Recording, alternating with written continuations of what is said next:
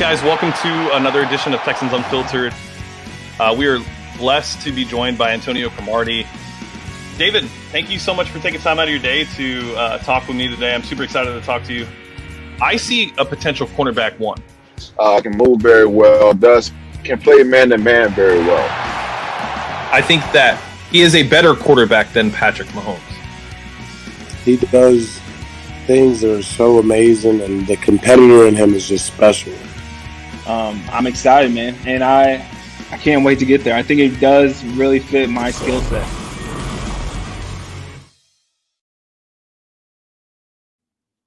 All right, welcome to Texans Unfiltered. This is John Wade. You can find me at John A. Wade 3 on Twitter. I promise I will start getting back in Twitter here shortly. I've just wanted to take like a mental break, kind of calm down because I was on it way too much, and all of Twitter has just been, just tearing us a new one constantly, and I got tired of it. So took a break, took a little mental break, watched the Super Bowl, and it's about to be talking season, so I'm gonna have to pay more attention. So I'll be more responsive again. So thank you all so much to everybody that's reached out. Excited tonight. I got Coach Barnes. He's going to join us. He's going to be the first of many guest hosts we have. We are actually already booked all the way through May. So y'all are awesome. Like, I appreciate everybody's passion and the fact that everybody wants to get on here and just talk Texans. We are really going to be Texans Unfiltered this offseason. Texans talking unfiltered about Houston Texans football. Every week's going to be a little bit different. But we're gonna make the most of it. We're gonna have fun with it. Get a lot of different perspectives from a lot of different people that probably know way more about football than I do. So I'm excited. I hope to learn something and hopefully keep y'all entertained. So, Coach, how are you? How are you doing tonight? Oh man, doing good. How about you? I'm here, which is all we can ask for. It's been a crazy week, to say the least. Well, let's just start off. Just tell the listeners a little bit about you, where they can find you, and if you're trying to sell anything or promote anything, now's your chance to get it out there. All right. Yeah, man. I go by Coach Barnes on Twitter. My ad is at Rumpelstilwin. I've been coaching on the middle school and high school level for about 10 years. I also scout collegiately. I really don't have anything to sell or anything like that, but I do have a friend of mine. Goes by the name of Tajay Bird in the city of Houston and in the surrounding area. He puts on like these art shows that are really innovative. They're like half art show, half club, and it's really, really cool experience called the All Access Art Show. You guys should check it out. Oh, that actually sounds pretty cool. And that's in Houston? Yeah, it's in Houston. Okay. That sounds like an Austin thing, but that actually sounds really cool. Yeah, and for Houston, it's kind of different. So, it's kind of bringing more of that Austin kind of California feel here and putting our own little spin on it. Yeah. All right, well, let's hop into it. Did you listen to the radio this morning? Yeah, a little bit I did. All right, so John Granado with ESPN Radio threw out there, he said, within 3 years, Josh McCown will be the head coach of the Houston Texans. We kind of talked about this a little while ago when we were looking at how the staff was put together. And I'm just trying to find out from an outside perspective, is this why our staff is kind of an interesting staff? Let's be honest. Like, how they put it together has been very, very interesting. So what are your thoughts on this? It feels like, again, like a staff is being put together, but not by the head coach. Typically when, a new head coach comes in, he brings in his guys. He brings in, his coordinators. And it seems like he was brought in individually and all of the coordinators are coming in and they're just being placed either by Caserio or Easterby. I'm not sure. But, it would probably scream Easterby a little bit more because McCown was here before Caserio. And everybody, when McCown got here, everyone was kind of like, that's kind of weird. He's not really going to play. What is he doing exactly? And it's almost like a puppeteer behind the scenes just controlling everything, and we're just along for the ride. Yeah, what I've been kind of thinking about it is it's, how sometimes you have those big blockbuster movies that they write the script around the set pieces. So it seems like there was certain set pieces that already existed with the coaching staff that they wanted to kind of fit in. And I think that may be part of the reason why Cooley was even hired, because he was willing to go with that. Like, he was willing to be given a staff to manage instead of putting his own staff together. And and I agree with you actually, because I mean, how many coaches are actually going to finally get their opportunity and not be able to do it their way? And to be completely honest, if that was maybe the deciding factor between Cauley, Leslie Frazier, and Eric Bieniemy, then I mean, I'm glad I didn't get the guy that was. I mean, I'm glad that Eric Bieniemy is who we thought he was, but at the same time, it sucks because he is who we thought he is, and that's not fitting our culture. So what is your overall impression of the staff? Are you happy with it? What's your thoughts?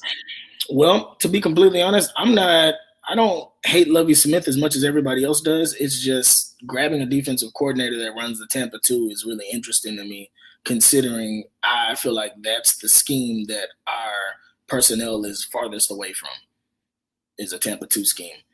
And I mean, I'm not going to get into personnel yet, but then he hires his son, which I don't know his credentials, so I'm not going to really speak on that. I'm not sure. I mean, I like Pep Hamilton as the quarterback's coach because he was actually a wanted commodity other than anybody else. Everyone else we grabbed seemed like we didn't have any competition for them because no one else wanted them anyway. That's fair.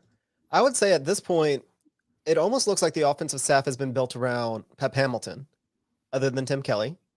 If you look at even the McDaniels kid and what's the offensive line? Campen? Is it Campen? The new offensive line coach? Yes. Yeah. James Campen. Mm-hmm. They have connections with Hamilton. Like, they actually do. They've actually all coached together.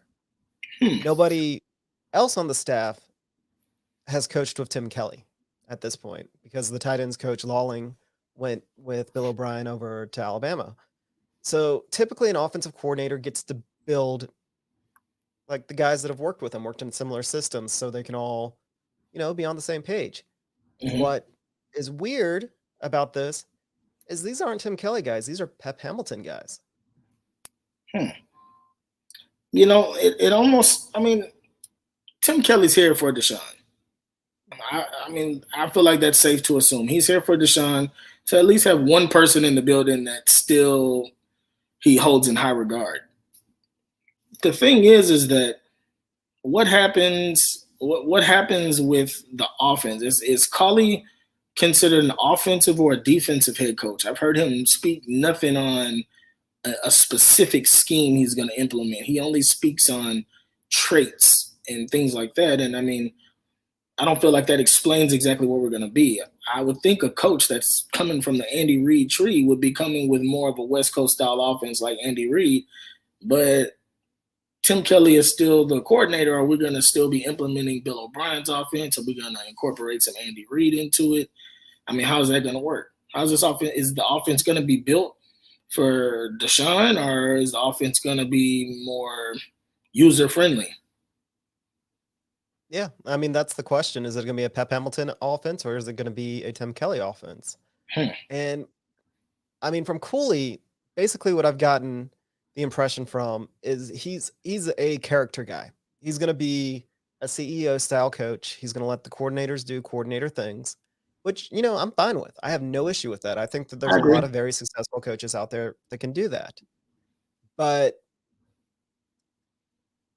I don't know what's the unifying theme offensively, because Cooley's not going to come in, and he's definitely not going to put the Chiefs system in, even though he's the Andy Reid coach and disciple. Reid has said that Cooley helped him develop his offense as much as any other coach out there. Mm-hmm. But when you look at what players say about Cooley, Deshaun Jackson talked about how he helped him with the mental part of the game, helped him become the player he is, but he didn't really talk about scheming him or using him to his ability. So I don't think that Cooley's going to have that much impact on the offense. I think he's literally going to let Tim Kelly be the coach. But Tim Kelly and Pep Hamilton have different offensive philosophies. So to me, that could be a disaster. Like I'm terrified about that. And then the strongest parts of our coaching staff, the offensive line, Pep Hamilton, the quarterback coach, those two guys, probably the best two hires in my opinion so far. And the wide receiver coach, he looks like he'll be pretty good, but again, not really. I think he's got a little bit of a Patriots connection because the Lions ran that similar scheme. So it's weird. It doesn't make a lot of sense to me. Yeah. It doesn't make very much sense at all. But I'll say this: Tim Kelly, even though he had his issues on offense this year as far as opening drives, Tim Kelly did a pretty good job adjusting. So I'm willing to at least see what he can do this year. And I feel like that position is honestly like I feel like that's kind of like an open gig right there. It's kind of what do you call it when you have 1 year left? What is it called when you have 1 year left on your contract? Lame duck. Yeah, I feel like I feel like it's a lame duck position right there. If it goes well, then Tim Kelly's going to probably become a head coaching candidate pretty quickly. If it doesn't go well, you kind of have a couple people that you're already grooming for that spot anyway. Okay. Do you think that it's realistic to expect that Josh McCown will be the head coach within 3 years? Yeah, I don't put anything past. I don't put anything past the Texans anymore. And if we didn't have the track record we had, and if we didn't have the culture that we had, and if it wasn't the climate of the team we had right now, it might not be as bad of a move as it seems. McCown probably would have been accepted a little differently if he wasn't brought in who he was brought in by and when he was brought in. Anything done by Easterby is, it's looked at in a negative light. But at the same time, I could see, who's to say Josh McCown couldn't be a good coach? He probably could be. He's been around so many different coaches, so many different teams for so long, I'm sure he could. Yeah. He's considered kind of like Tony Romo of broadcasting. He's supposed to be the Tony Romo of coaching candidates out of players that are currently playing. It's just the opinion out there. I know the opinion out there on Josh McCown, out of any active player, he'll end up being the best coach. Now, what does that really mean? Honestly, what does that mean? What guys out there that were currently head coaches were actually players in the NFL? Who was the last one that you had success with? You're saying the last player that's a coach? It's a few. It's a few out but had a lot of success. There's some guys every there and then. I think that if that's the route you want to go, look at Byron Leftwich. He should have been interviewed. I don't even know how he wasn't interviewed. Adolfo, that's actually somebody I kind of overlooked a little too much. Yeah, but I don't think the Texans actually did anything wrong with how they brought in McCown.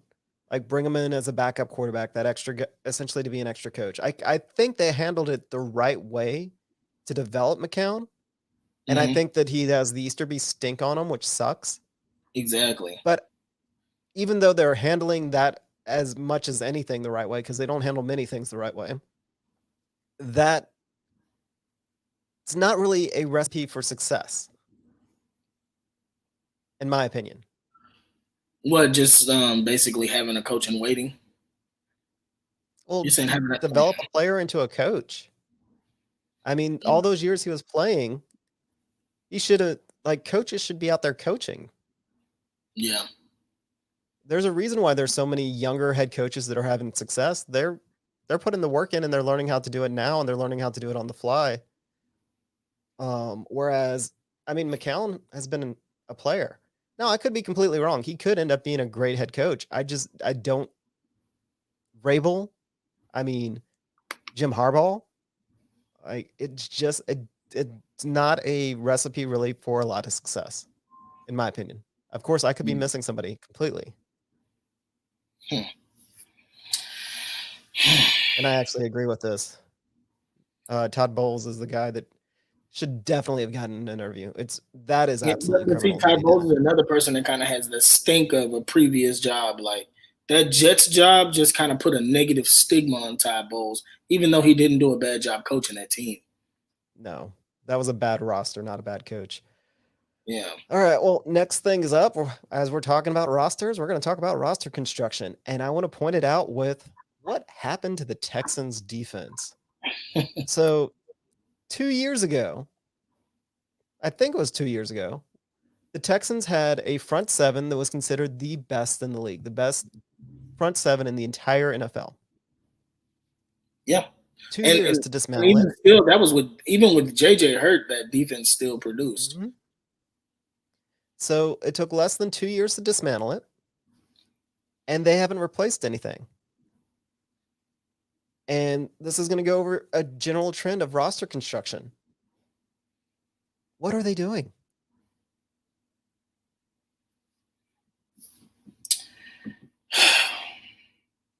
Well, a few things that we've done is we've missed on draft picks, man. We've missed on draft picks, and instead of being able to grow your players and pay them, we've let some guys walk, and their replacements aren't nearly the caliber of player as what we just lost. We can go back to Deshaun's rookie year. Dwayne Brown gets traded away. It took until 2019 to replace Dwayne Brown, and we literally gave away our future to do so. We get rid of Clowney. We bring in Jacob Martin and Barkevious Mingo. Still not the same production, because with Clowney, yes, he didn't have the sack numbers, which everybody concentrates on, but he was a hell of a run defender, and we lost that.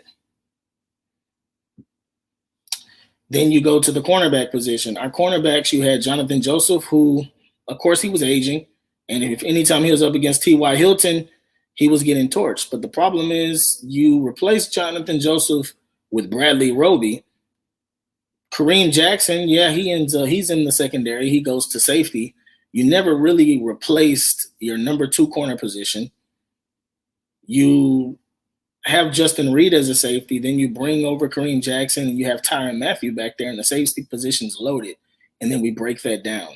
It's almost like every position we build up strong, we break it down thinking that we have players that are developing, but we don't. So do you think this is a lack of plan, of bad drafting? I think it's bad drafting. I don't think we evaluate talent well as a team, and that's one thing I'm hoping Caserio does better. We have not evaluated talent well in Houston. So how do you think Caserio is going to go about roster development and roster building? Well, I'm hoping that it's a little bit aggressive, and I'm hoping it's a little bit of how the Patriots did things. I don't think every player needs to be signed to a big contract. And some players, you got to sell high. I think it has to be a healthy dose of knowing when to sell high, but also knowing when to reward your stars. And at the same time, I'm big on building through the draft. So I'm really hoping he evaluates the team for what's needed in the NFL today. I mean, you have to have linebackers that can run. I know we say Zach Cunningham's a fast linebacker, and I think Zach Cunningham's a good player, but Zach Cunningham runs a 4.67.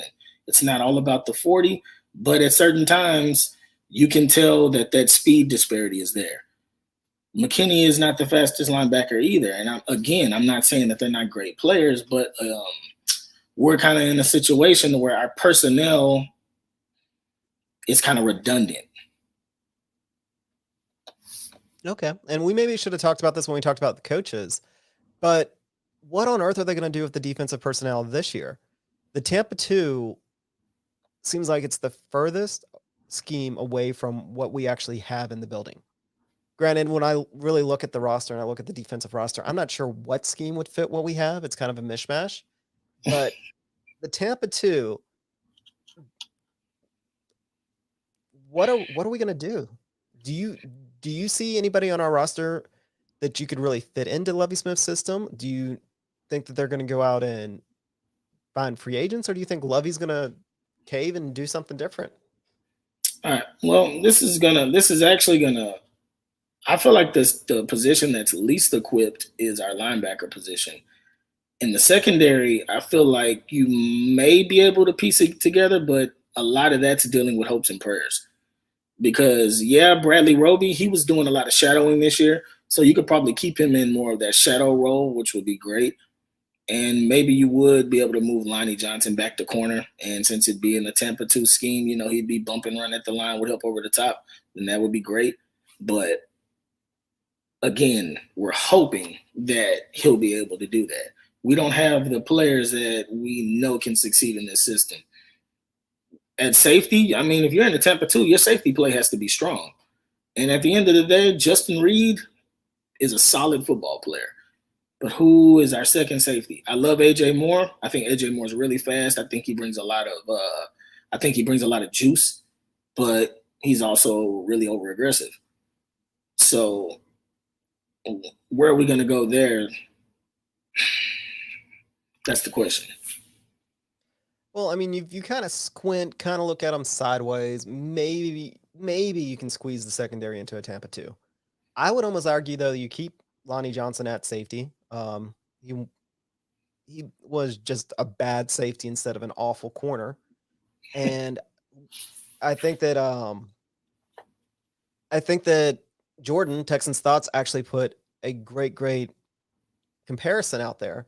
If you look at measurables, Lonnie Johnson's most comparable player is Jamal Adams. Mm-hmm. So, and when we drafted Lonnie, I always said that he could fail into safety and be just with the skills he already had, he could be a decent safety.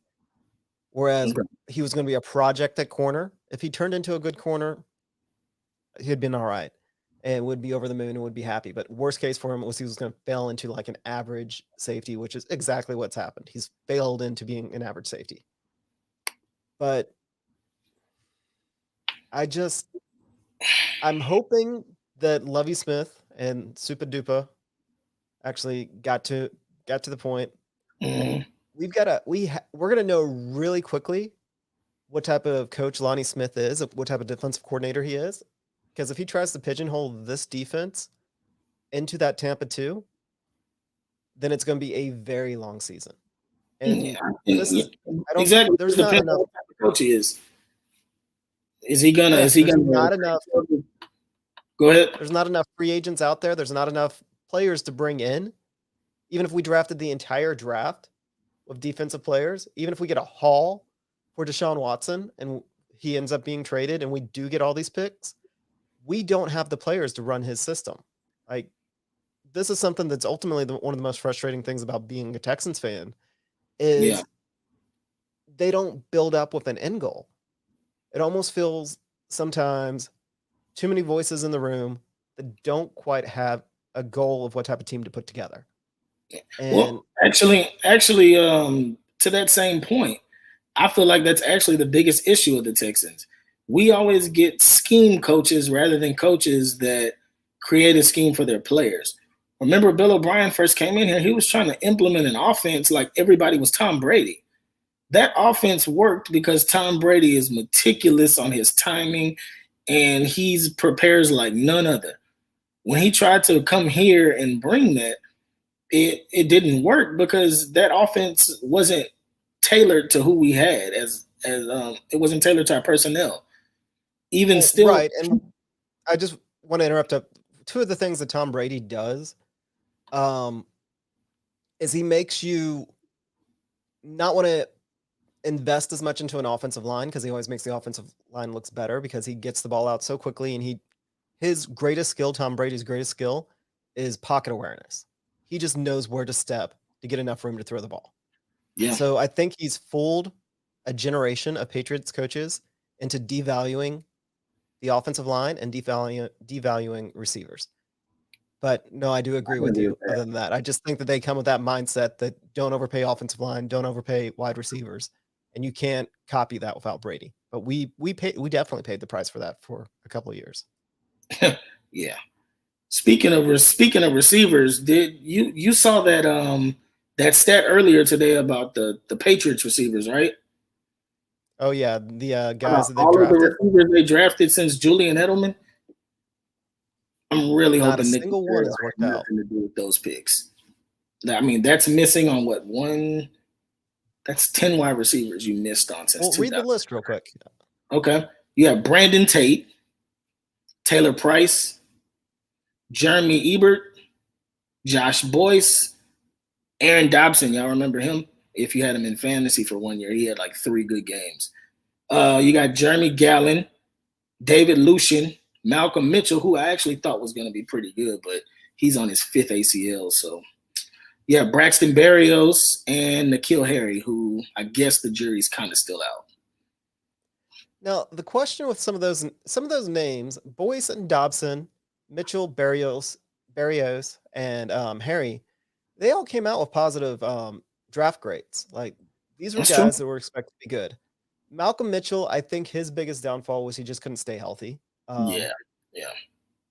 But is this on the Patriots for not developing him? And then also, I mean, they relied on Edelman and Gronk. That was the receiving core. And then James Yeah. White or whatever running Yeah. back. So And Edelman was a wasn't converted target quarterback. scorer. Yeah.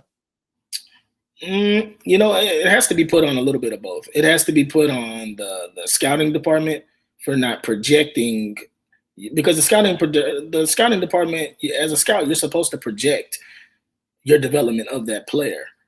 You know what I mean? And knowing who your personnel is and knowing what you're trying to teach that receiver and knowing what your scheme is and what that team values most, you're supposed to be able to project development. And it's got to fall on the scouting department. You can put it partially on the coach, but it falls on the scouting department because those players did have red flags, and those red flags were very bright. Yeah. N'Keal Harry is Jalen Strong. I mean, I know they went to the same school, and it's easy to archetype a player, but they're the same guy. They ran a good 40, and they have really slow shuttles. They're about the exact same size. They're not Sutton, but they're really good jump ball, back shoulder guys. Fair enough. So with Nick Casario, what are you hoping that his draft philosophy ends up being? Do you hope that he sticks to the Patriots? What are you hoping to see out of him? And I just hope that he trusts the tape. I hope he trusts the tape, and I hope he values production. At the end of the day, the players that are good in the pros, they were typically really good in college. I mean, and I'm not trying to say that as a generalized statement. I don't mean good as in a contributing player. I mean good as in someone that was leaned on. You know what I mean? I mean someone that's used to performing in the big moment, used to being counted on in the big moment, and has actually performed in the big moment repeatedly over and over. Those are the players that I hope that he likes and I hope that he goes after. I hope that we'll go after somebody a little more rough around the edges. I don't want us to have players that are, stomping their pregnant girlfriends. I'm not pointing anybody out specifically, but, a little rough around the edges, a guy that maybe, kind of toes the line a little bit. But, that's what I hope. I hope he goes after really good football players that have proven production and that have done big things in big moments. All right. So do you think, I don't know. I kind of lost my train of thought on that. Pretty much Belichick, and it was Parcells a little bit too. They would double up on a position. Yeah.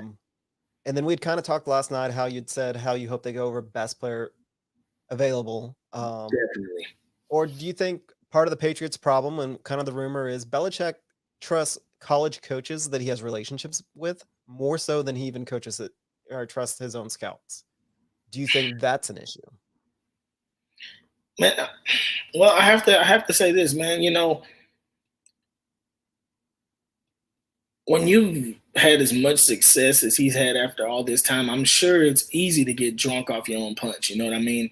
Like, it's been proven, it's worked. And I'm sure that that's probably what he leans on when he says those type of things. Like, oh, well, I've gotten this player from this guy. I've gotten this player from this guy. You know?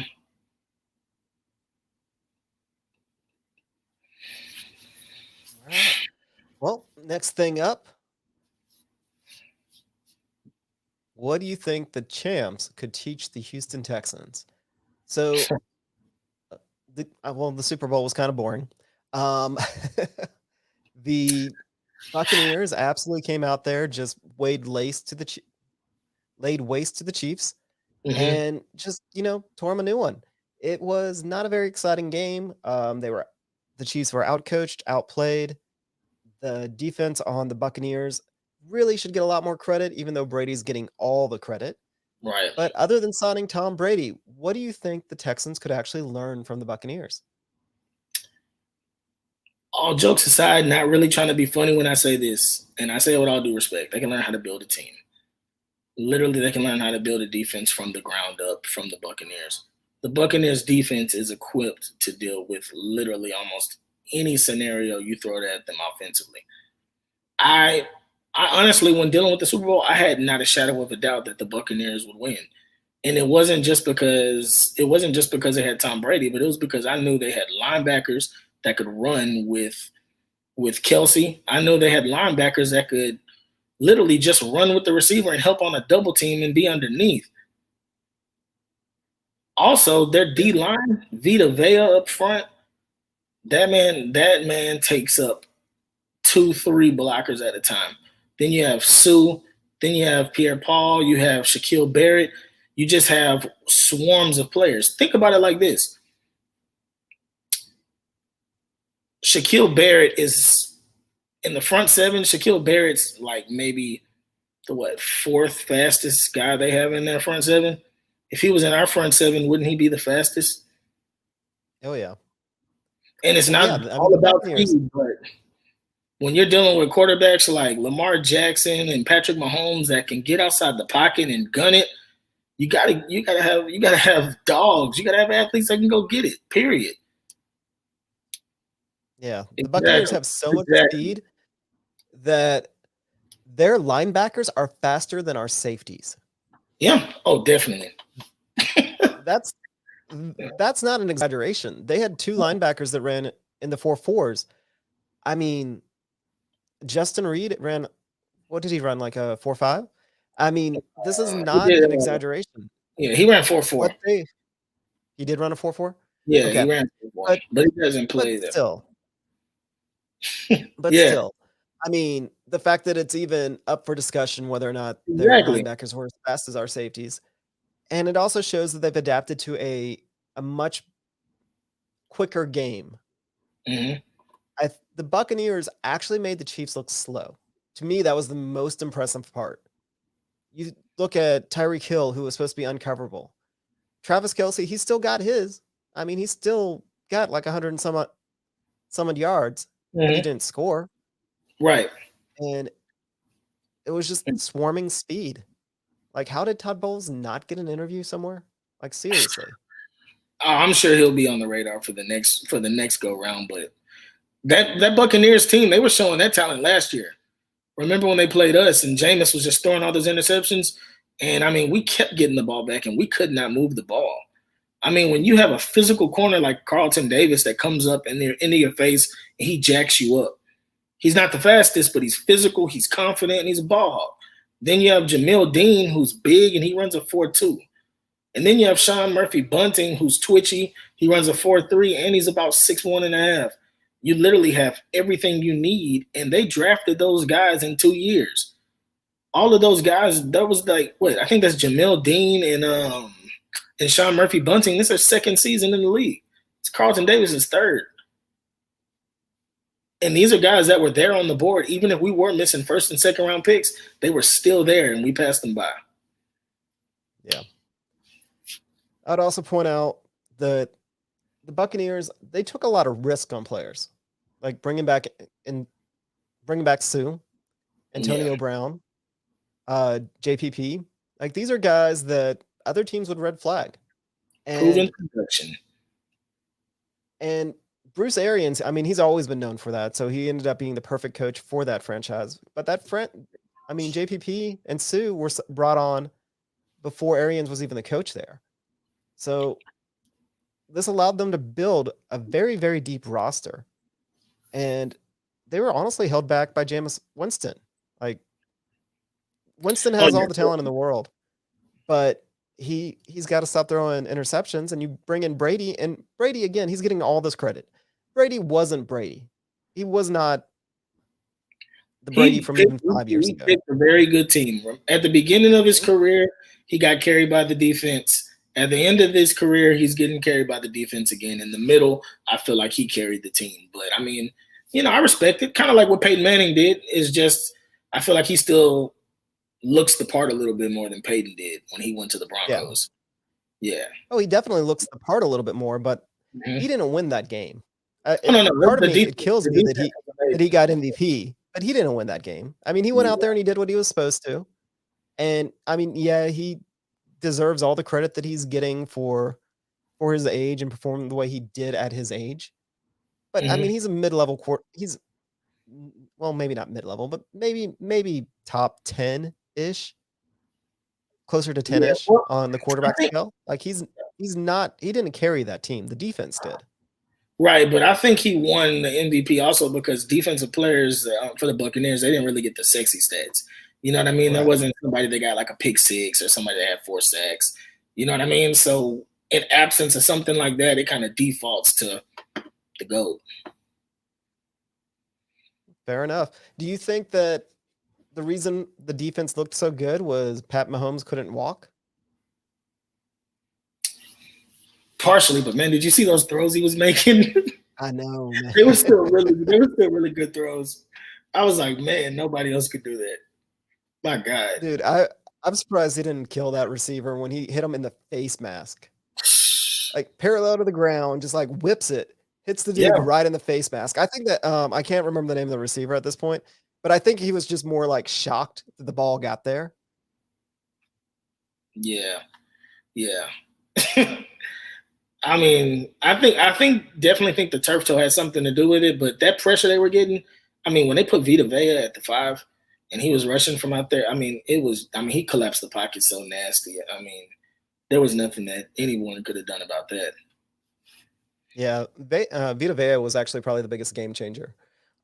He made that everybody on that defense look a little bit better just because, Mahomes didn't have any time to throw. And I found it hilarious when somebody was putting up, was tweeting, step up in the pocket, step up in the pocket. Step up where, dude? I mean, the thing is though, that's it's dangerous to step up in the pocket against the Buccaneers because them linebackers are missiles. They would have knocked his mouthpiece out of his mouth, literally. Actually, they did. So, do you want to even entertain this argument that's going on right now that Deshaun Watson would have played better than Pat Mahomes in that game? I mean, at the end of the day, people have to be open. I think I can't agree. I feel like Deshaun is a better scrambler than Mahomes. I'll say that Deshaun is a better scrambler, but the way Mahomes was able to make those throws when he completely the one when his body was parallel to the ground, and Deshaun can't make those throws. A lot of those throws that Mahomes even attempted would have been one hops. And that's no disrespect to Deshaun. That's just how ridiculous those throws were. Those throws came from a baseball player. That's somebody that played shortstop, had to dive out for a ball and make a throw from their knees. And at the end of the day, that type of muscle memory, everybody doesn't have. Mahomes was drafted in baseball. That's what he did. I don't think Deshaun really – I think Deshaun in that game would have looked kind of like he looked against Tampa Bay last year. That's a fair point, and that was exactly my argument back. Deshaun played him last year. Deshaun may have looked a little bit better than Mahomes. He can do backyard plays. They don't look like Mahomes plays. They look like Deshaun plays. Yeah. But it's kind of like apples to oranges. I don't know what type of quarterback Watson would be if he had a weapon like Kelsey, because Watson doesn't look at his tight ends. Now, him and Tyreek Hill would definitely get along, but Watson tends to skip the read on the tight ends. And I mean, it could just be talent level. There's a lot of different reasons for it. But I think that Deshaun is a little bit more used to running for his life and having linebackers come at him like missiles than Pat was. And I do think that the gap between the two of them is a lot closer than a lot of the national media gives them credit for. I'm not, as much as I want to, I'm not going to be that guy. I'm not going to join the bandwagon where Deshaun is better than Mahomes. Because, I mean, Mahomes was in the back-to-back Super Bowls. I can't get on that bandwagon. And he was one offsides penalty away from it being 3. I know. Yeah. And I mean, honestly, the thing is, he's got a better team. He does have a better team. But I mean, he's more physically talented. He's the more physically talented player. He has a cannon. He can throw the ball from literally any arm angle. Like, he can throw it like from any arm angle. The only other quarterback that does it like that is Matt Stafford. And I mean, he throws from all different levels. He can release flat-footed and still throw a missile 30 yards. Deshaun can't do that. I mean, most people in the NFL can't do that. Most human beings can't. And that's why Mahomes is better. And Mahomes, I think what makes him better is his physical ability. And Deshaun, I feel like Deshaun maximizes his physical ability to the utmost, because Deshaun's not quite as physically talented, but he still is on that same level, but I don't think he's better. I think that they are very, very close. That's pretty much where I'm going to leave it. But Mahomes is a freak of nature and relies more on his physicality. I think Watson has the capacity to have a longer, better career. I think that Watson has more of a killer instinct than Mahomes. Mahomes is in a much, much better situation, which does magnify everything. But I mean, I can't go there and say that he's better than Mahomes. Yeah. I just can't, as much as I want to. The other thing that I really want to give the Buccaneers compliments. Do what now? Deshaun is definitely way more athletic. I see that he said Watson's way more. He is. Watson's way more athletic than Mahomes. I agree. I think Watson has a more natural feel of like Watson's just like a football player. I feel like if Mahomes wasn't playing quarterback, he wouldn't be playing football at all. I feel like if Deshaun wasn't playing quarterback, he would have found somewhere else on the field to play, and he would have been successful, if that makes sense. Yeah, that definitely makes sense. And I could definitely see it.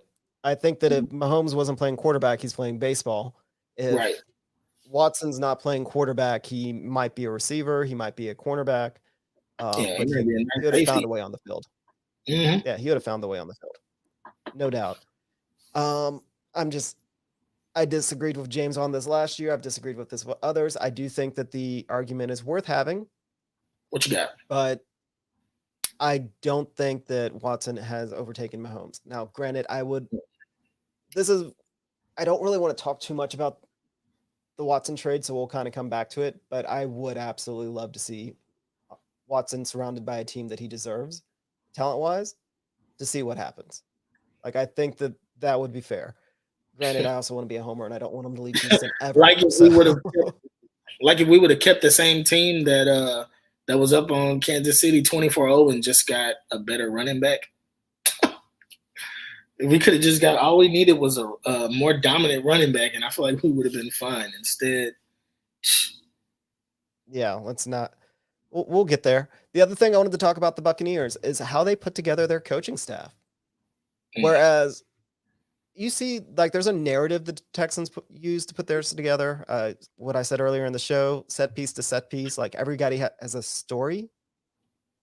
And I think that they're trying to emulate what both Kansas City and Tampa Bay did with their coaching staffs. But take a look at the coaching staff on Tampa Bay. That is an all-star staff. That is a really good staff. Yeah, they actually had a lot of people I didn't know, like Michael Pittman, stuff like that. I didn't even realize they were coaching. Yeah, they put together a really nice staff. And see, that staff feels handpicked by Bruce Arians. I wonder how many coaches around the league have a staff that they didn't pick, because I feel like that's unheard of. Maybe I'm tripping, but I feel like I feel like everybody brings along their guys. I definitely agree with that. Like, I honestly think that somebody not necessarily very smart, but somebody smart took a look at the Buccaneers staff, took a look at the Chiefs staff, and it's like, how can you emulate that? But we got like C-grade copies. Cooley is like a grandpa version of Arians. But Arians actually was really a really smart offensive mind. But he's a CEO style coach. He hires coaches and he lets them coach. But that same, like, he's going to be the face. He's going to manage it. Yeah. TK, Tim Kelly, that is such a weird. He doesn't mash with the rest of the staff. Whereas Byron Leftwich makes perfect sense. Yep. Lovie Smith. I mean, think about it. Byron Leftwich, his play style as a quarterback is literally Bruce Arians' motto: no risky, no bisky. And Byron Leftwich always chunked bombs with that extra long release. I still remember when he was with the Jaguars, we always have to see him. He had that long release and would just chunk it. Yeah, ever since he played that game with a broken leg for Marshall, like, I always wanted him to do well. Yeah. But yeah, he didn't have the release, but it was that smart, no risk it, no biscuit. Like, he was a very smart quarterback, and I think that sometimes that gets lost. But you see it as an offensive coordinator, and even if the only thing he did this year was say, "Hey Tom, what do you want to do?" Like, that's smart, and that takes a little bit of humbling yourself, especially as a coordinator, to realize that you have somebody like that to take advantage of. Yeah. With Tim Kelly, man, like I said, I feel like it's a lame duck. I feel like it's a lame duck year for him. I feel like if he does well, he'll be a head coaching candidate. If he does terrible, you have Pep Hamilton, or you have Josh McCown already waiting in the wings, being groomed for the position anyway. Yeah. Whether we like it or All not. right. My least favorite part of the pod. So, Russell Wilson decided to throw his name into the hat of quarterbacks that may potentially be moved. So what do you think about all this? What do you think about Deshaun? What do you think about the Carson Wentz? What do you think about, like, just general?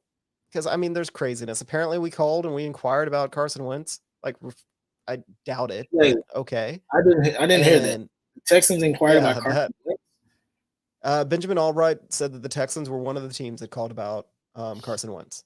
Didn't say he corrected himself a little bit later. He said they didn't make an offer, but they did call and inquire. So, what do you think about all this drama? Covering your P's and Q's. So, as far as the whole, I got to start. Let me just start in one spot. As far as Deshaun goes, I get it. I get it, man. He's upset. The fact that he thought that he should have a say in who the GM is, I feel like is a bit off base. But if that's something that he was promised and he wasn't given, then I understand, feeling like you were lied to. I also understand the fact that he was supposed to have input on the head coach. And I feel like the Texans drug their feet on even approaching the coaches that he wanted, because he spoke out about Eric Bieniemy and Saleh. He spoke out about both of them in a press conference when they asked about coaches. And the thing is, I feel like they took forever. To reach out to Bieniemy, and apparently we don't even reach out to Saleh at all. I'm not even going to touch on the whole religious aspect that I've heard people kind of spinning this towards.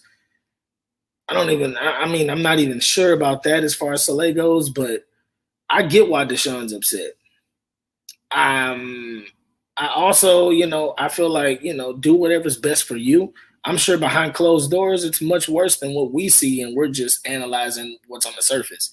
Anytime in a job or with a company, if things are bubbling over to the point where the outside notices, then it's way worse on the inside. So if it's just now bubbling over to the point where we're being notified by all this stuff, it's probably been hell for the last 2-3 years, and it just took long enough for it to get to this point. So if he wants to be gone and he's that serious and he wants to sit out about it and he's that serious, then he's doing what's in his best interest. So I feel that the Texans should do what's in our best interest. I'm from Houston. I'm born and raised in Houston, so I'm going to root for the Texans regardless. That doesn't mean I have to spend my dollars, but I'm going to root for them regardless. So I feel like the Texans should do what's in their best interest. Whether that's have him sit a year, we suck, and we have a number 1 pick next year, then we trade him. Or if we trade him now and try to get a king's ransom. I'm literally open to just about anything. Because as terrible as our roster is, nothing was about to happen overnight, whether Deshaun was here or not. Yeah. No. So what is your prediction? Do you think he's going to be traded, or do you think he's going to stick around?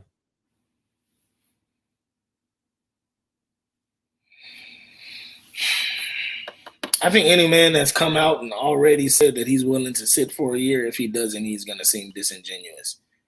Or if he hasn't said that, though. Like he has not said that. His agent actually put out there saying that he would not do that. Oh. Yeah. I don't know whether he's going to come back or not. I can't say one way or another. I hope he's back. I really do, because, I love Deshaun. I've been waiting on a quarterback all this time. I really hope he's back. But if he's not back, I just hope that we get enough to make us feel a little bit better about losing the best thing we had. Yeah. I can totally see it both ways. My biggest fear with trading him, and I can even understand why some people, you can see it in Twitter, people are starting to talk themselves into it because they're realizing what it's going to take. Mm-hmm. It's going to, what type of haul the Texans are going to have to get in order to make it happen. You're looking at 3 to 4 first round picks and probably 2 additional second round picks and a player or 2 that is ready to contribute. I totally get when you start looking at that, like why that's tempting. Like you could rebuild half your roster like overnight. But my opinion also on it has been is, especially here in Houston, where we have a quarterback list that rivals the Browns on how many we've had since we were brought back into the league. Yeah. How do you give up something like that? It's so hard to find a quarterback. We've had great teams that were short a quarterback of being special teams. Like absolutely teams that could have done something absolutely special if they only had a quarterback. We've lived that life. Best case scenario, you go out, you trade Deshaun. With those picks, you get the second coming of Arian Foster, the second coming of Andre Johnson, and the second coming of J.J. Watt. We've had that team. What did it get us? And that's a best case. 9-7 and a close win against the Bengals. Mm-hmm. And that's absolute best case. Every year. Yeah.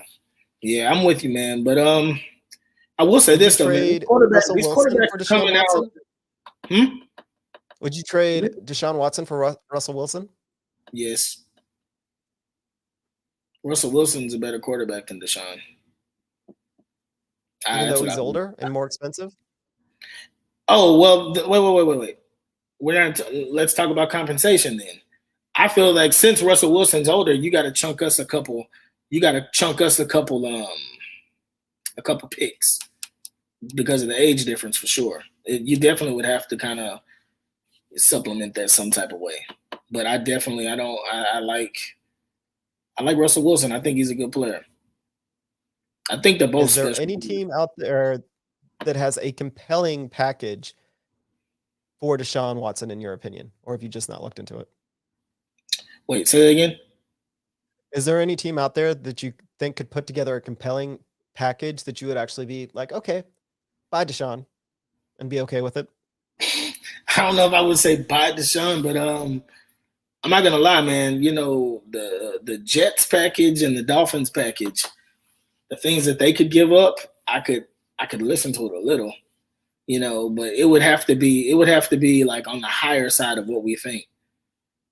I'm talking like, let's say it was the Jets. If it's the Jets, it's gonna have to be those. It's gonna have to be those first round picks this year and next year. Like, if you guys get Deshaun, your rebuild is done. Like, you're not gonna be able to rebuild because you're not gonna have those picks anymore. Right. It has to be like that, and we're gonna need Darnold, and we'll probably also need somebody off of the defensive side that's young and cheap. And I know Quentin Williams is a popular name that pops up a lot, and you know, something like that. I would probably think they would probably give somebody more like Marcus May, but you know, something like that maybe, to where we just had so many picks that we're picking 4 times in the top 50 or 3 times in the top 50. Then okay. If we're not, then Okay. that's the only thing. Let's see. Well, fair enough. I honestly, the Jets can't do it because if they trade everything away, they're never going to be competitors. Granted, they're the only team that, in my opinion, actually has the assets to do it. But they'll be 4 or 5 years away. Space. Do what? They do have the cap space. They would just have to switch their. They would just have to switch their approach. They would have to go from build through the draft to buy now. Because I just saw. How often has that actually worked? How often has that actually worked? What team has ever brought in a whole bunch of free agents and started to compete? Remember the Jaguars when they went to the AFC Championship? When they had with the Jalen Ramsey and Mike Daniels, and they were just paying all those free agents crazy money. They did pretty well that time. I would almost argue that was the opposite. The Jaguars built that defense on the draft. They built those players with the draft.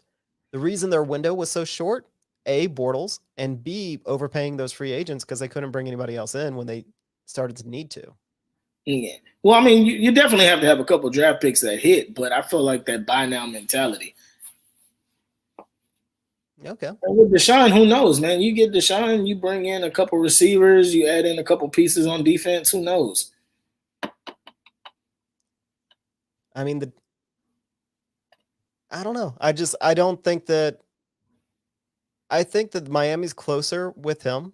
Oh, definitely, but they're in the buy down mode too. Yeah. Like, they could potentially do it. Only because, we gave them so much ammunition. The Jets are the only team that I personally feel as though they can actually make an offer that I wouldn't be sick about. Mm-hmm. But like I've said, if Deshaun wants to go to New York, then he doesn't really want to win. Because I agree. You talk about cap space, and then you look at the available free agents. And by the time we actually get to free agency, like right now, everybody's like, oh, here's our top 10 free agent list. Of that top 10 free agent list, 9 of them will get franchised or re-signed. Like, top free agents never make it to the market in the NFL unless there's something wrong with them. Yeah. Or unless they're on the Eagles. So, yeah. I don't know, man. That's just the only teams that I would be okay with getting somebody from. You know what I mean? That's the only ones that I feel like would have enough assets to make me feel a little bit better. The Jets, the Dolphins, I guess the Seahawks, if that's something. If you're gonna give up Russell Wilson and some picks, and I mean, maybe, but that's only. I don't know. I don't even like going that far with it, man. I really just want them all to make up and Deshaun to come back. That's really what I want to happen. I need, because right now, I think that's part of the reason why Deshaun hasn't said anything, because there is still a chance to make it right. And I think his people around it are trying to make the flames look brighter and make him seem angrier. Because as soon as Deshaun says something, like, that's where things get really, really interesting. That's really the point of no return. Yeah. The fact that Deshaun hasn't said anything himself means that there is still an opportunity to make it right. And he's relying on other people to say things he cannot. Because if he says it, it's over. And even then, it's still the NFL, so it's never really over until the Texans decide they want to move on from him. But let's So there's another little wrinkle to the Deshaun thing, I feel like, though. The what's that? disrespect, all of these problems, yeah. But what about the fact that Deshaun, maybe he just looks at this team and he sees a team with no cap space, a terrible roster, and a long time it'll take to get to where some of these other teams are. I'm sure that has to add to it. I mean, if you're going to give cap space, then you're going to have to get rid of some starters. But I mean, who do you have behind those starters? We have some young players, but our young players, I feel like this year I don't feel like they showed very much promise. Yeah, and I think that may be part of the frustration on behalf of Deshaun. Like the GM that they brought in, he's got to have faith that he can flip it around, and he doesn't have faith in Nick. But we'll see. We'll still see. And of course, it's the Texans, so of course they'll mess it up because that's what they do. Who else can mess up the GM head coach search like this? Like, seriously, we should be so happy and optimistic. Like, look at what this team is going to put together. And of course, we all just sit here every day when we think about the Texans, and we're sick to our stomachs, and it's not fun. All right, well, Coach, it has been so much fun to have you on. Is there anything else you want to add? Anything else you want to talk about real quick before we sign off? Because we're at the hour. There is one thing I want to talk about. Just one thing before we go. We always talk about the Texans, and we're looking at, the roster. You watch certain teams around the league, like you see the Buccaneers defense during the Super Bowl and the way they move to the ball and how fast they are and aggressive they are. And you're just like, my team doesn't play anything like that. The Saints, they play like that. The Packers play like that. There's teams, their defenses just play fast. They play fierce, and that's just how they play. And we're nowhere near that. One of the biggest reasons that we're that way is because we suck when it comes to mid-round picks. Your mid-round picks, you're hoping one day are actually contributors on your team. And what we do is we continually miss on third-round picks. Kahale Waring. Yeah, you can say Kahale Waring. He's a miss. What about Deontay Foreman? Y'all remember him? Where's he at? Julian Davenport. You got Carlos Watkins. They weren't third-round picks, but these are mid-round picks. These are guys that you want to contribute to their team, and they don't. Braxton Miller, Tyler Irvin, KJ Dillon. Where are these guys? They should be in their 5th and 6th years, and they should actually be contributing and on second contracts, and they're not there. I can go even further. Jalen Strong, Keith Mumphrey. Remember, we talked about it yesterday. Keith Mumphrey was drafted 1 pick ahead of Stephon Diggs. What the hell are we looking at? What are we looking at? Jesus. But that's all. That's it. So do you think this is going to improve under Nick C? Or do you think that – because this was the biggest criticism we had of Rick Smith. Like, he always got the first round right, missed everything else. Now, that continued under the Texans without Rick Smith, but they didn't really make a lot of changes to their staffing and to their scouting departments and their player personnel departments. With Nick C coming in and making some changes, do you think that we're going to get better at mid-round picks?